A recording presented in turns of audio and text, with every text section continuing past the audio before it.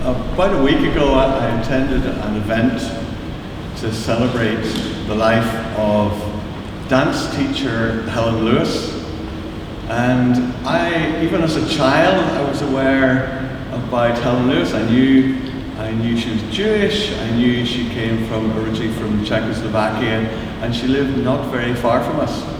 And two of her sons went to the same school as me. And the other thing that my mum told me was she had a number on her arm. And I was fascinated by this, and I asked Mum, would she tell me what was her story and why did she have a number on her arm? And she said she doesn't talk about it. And she then decided, while she was still alive, that she should tell her story. And she wrote a little book called A Time to Speak. And I want to just read a little excerpt. She was born in Trutnov in Czechoslovakia, and she got into drama school, dance school in Prague. And this was the period of German Expressionism, so going away from kind of traditional ballet and folk dancing to much more contemporary approach to dance, and she also did a degree in philosophy. And then the Nazis came, and they started to introduce laws to restrict the lives of Jews in the city, and gradually she realized she was not going to be able to dance in public, and then her family were taken to the local Jewish ghetto.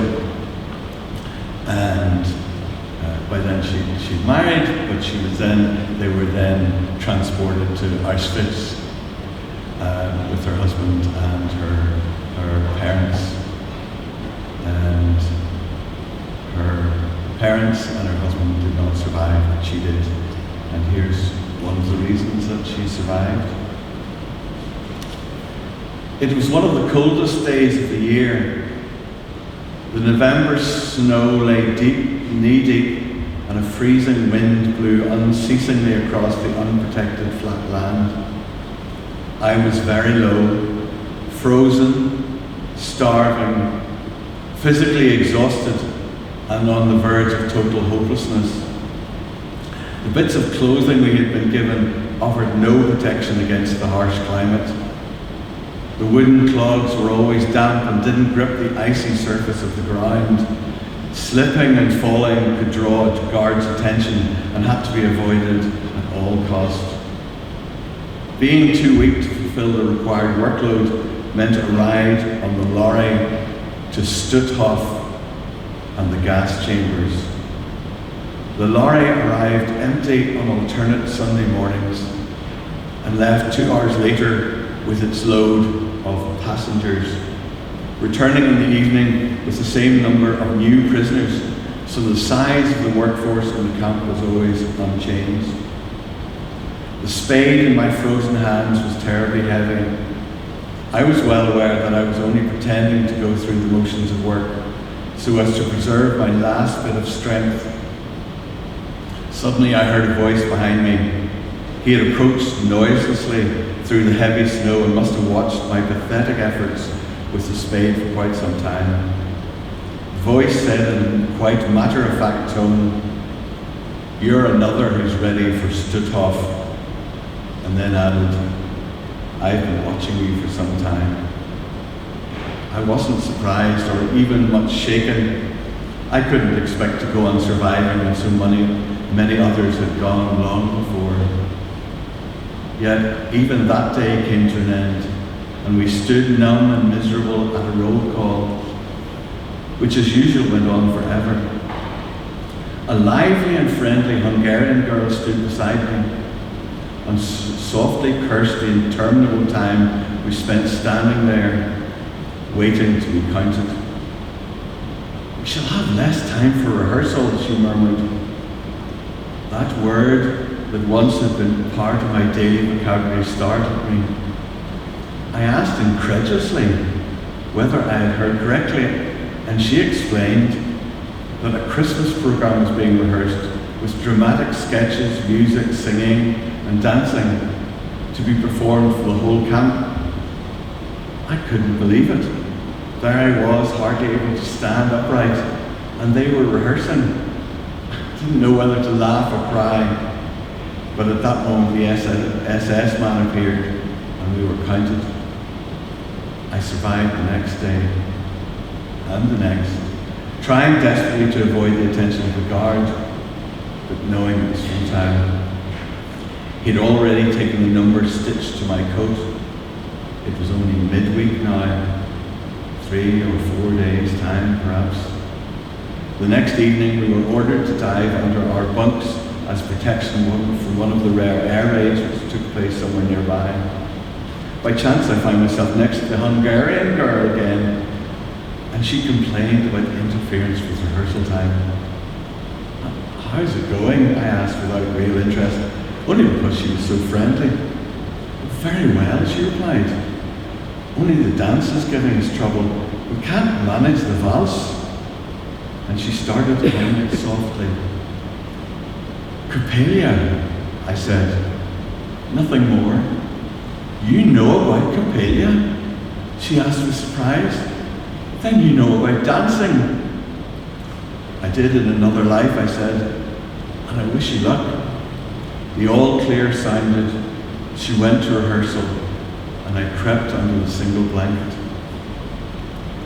24 hours later, and another day nearer to the Sunday, we were awoken in the late evening by the hated "Achtung!" The lights went on, and the guards stood at the entrance of our barracks. We sat up at attention. She looked at us, then walked straight towards me. "Get up and get dressed, and report for rehearsal in Block 2. Within the next 3 minutes, this is an order," she said, and marched out. I moaned, got up, dressed, and walked the rehearsal block in great misery. To be deprived of even 1 hour of sleep was another step towards total exhaustion and collapse.